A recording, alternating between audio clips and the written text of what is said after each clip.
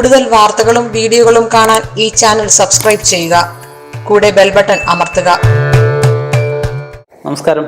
ഏഷ്യാനെറ്റ് ടിവിയുടെ എപ്പിസോഡിലേക്ക് എല്ലാ മഞ്ഞപ്രേക്ഷകർക്കും സ്നേഹം നിറഞ്ഞ ഹൃദയം നിറഞ്ഞ സ്വാഗതം. ഇന്ന് നമുക്കിവിടെ കമന്റ് ബോക്സ് ചോദിച്ചിരിക്കുന്ന ഒരു ചോദ്യമാണ്, ഉത്തമനായ ഭർത്താവിനെ കിട്ടാൻ യോഗമുള്ള നക്ഷത്രക്കാരായിട്ടുള്ള സ്ത്രീകളെ കുറിച്ച്. അപ്പം അങ്ങനെ യോഗമുള്ള കുറച്ച് നക്ഷത്രക്കാരെ കുറിച്ച് ആണ് ഞാൻ ഇന്നിവിടെ പറയുന്നത്. ഇതിൽ പഞ്ചാംഗം, ജ്യോതിഷ നിഘണ്ടു, ജ്യോതിഷ ബാലപാഠം, അതുപോലെ പ്രശ്നമാർഗം, ഹോരാശാസ്ത്രം ഇങ്ങനെയുള്ള പല ഗ്രന്ഥങ്ങളെ അപഗ്രഥിച്ചിട്ടാണ് ഞാൻ ഈ ഫലങ്ങളെ ഇവിടെ പറയുന്നത്.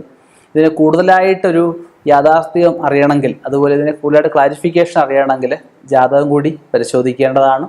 ഞാൻ ഈ പറയുന്ന നക്ഷത്രക്കാർക്ക് മാത്രമല്ല മറ്റുള്ളവർക്കും യോഗം ഉണ്ടാവാം, അത് ജാതകം പരിശോധിക്കണം. കൂടുതലായിട്ടും നല്ല ഭർത്താക്കന്മാർ, ഉത്തമനായിട്ടുള്ള ഭർത്താക്കന്മാർ, നല്ല സ്വഭാവം, നല്ല സാമ്പത്തികം, നല്ല സവിശേഷതകൾ, നല്ല തൊഴിൽ, കള്ളം പറയാതിരിക്കുക, പല സ്ത്രീകളിൽ താല്പര്യമില്ലാതിരിക്കുക, അങ്ങനെ എല്ലാം കൊണ്ടും ഉത്തമനായിട്ടുള്ള ശ്രീരാമേന്ദ്രനെ പോലെ എന്നൊക്കെ പറയാം.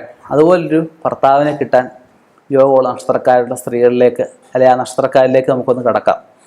അശ്വതി, കാർത്തിക, രോഹിണി, പുണർദം, പൂയം, പൂരം, അനിഴം, ഉത്രാട, ഉത്രട്ടാതി ഈ നക്ഷത്രക്കാർക്ക് കൂടുതലായിട്ട് ഈ പറഞ്ഞ നല്ല ഒരു സ്വഭാവവും എല്ലാ സവിശേഷതയും ഒത്തിണങ്ങിയ ഒരു ഭർത്താവിനെ കിട്ടാൻ യോഗമുണ്ട്. ഇവർ സന്തോഷിക്കുന്നതോടൊപ്പം തന്നെ അവർക്ക് വന്നേക്കുന്ന ആ ഒരു സൗഭാഗ്യം നിലനിർത്തുന്നതിന് വേണ്ടി കാര്യങ്ങളിവിടെ ചെയ്യണം. നിലനിർത്തുന്നതിന് ലക്ഷ്മി ദേവി ആണ് ഭജിക്കേണ്ടത്. ലക്ഷ്മി ദേവിയെ ഭജിക്കുക, ലക്ഷ്മി ദേവിയുടെ ഇഷ്ടസൂക്തങ്ങൾ ഒക്കെ ജപിക്കുക. അവനവന് കിട്ടിയ ആ ഒരു നല്ല ഭാഗ്യത്തിൽ അവനവൻ തൃപ്തരായിട്ട് ഭർത്താവിനെ ഈ പറഞ്ഞതുപോലെ നല്ല ഭർത്താവിനെ കിട്ടിക്കഴിഞ്ഞാൽ കുരങ്ങിൻ്റെ കൈ പൂമാല പോലെ കിട്ടിയ പോലെ നടക്കുന്ന സ്ത്രീകളും ഉണ്ട്. കാരണം സ്വഭാവം ഓരോരുത്തർക്കും ഓരോന്നാണ്.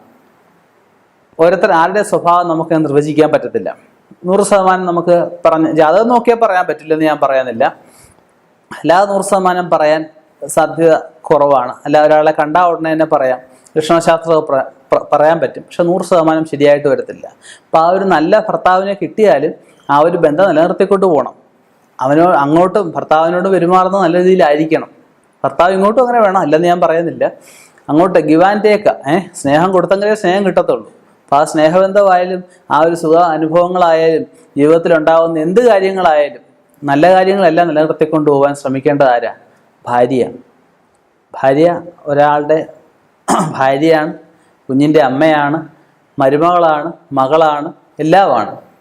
ഇപ്പോൾ ഒരു വീട്ടിലെ സ്ത്രീകൾ നന്നായി കഴിഞ്ഞ് കഴിഞ്ഞാൽ ആ വീട് നന്നായി, വീട് നന്നായ നാട് നന്നായി, നാട് നന്നായ സമൂഹം നന്നായി, എല്ലാവരും എല്ലാം നല്ലതെന്ന് പറയും അല്ലേ.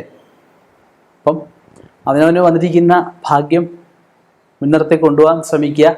അതിൽ അഹങ്കരിക്കാതിരിക്കുക, ആരുടെയും കുറ്റം പറയാതിരിക്കുക. ഇനിയും ഇതുപോലെയുള്ള വ്യത്യസ്തമായ വിഷയങ്ങളുമായി കണ്ടുമുട്ടാം, ചിന്താസരണികളുമായി സംവാദിക്കാം. എല്ലാവർക്കും എല്ലാ കാലവും നന്മയും ഈശ്വരൻ പ്രദാനം ചെയ്യട്ടെ എന്ന് പ്രാർത്ഥിക്കുന്നു. നന്മയും സമാധാനം എല്ലാം ഉണ്ടാവട്ടെ എന്ന് ഈശ്വരൻ നാമധേയത്തിൽ പ്രാർത്ഥിക്കുന്നു. നിർത്തുന്നു. നന്ദി, നമസ്കാരം.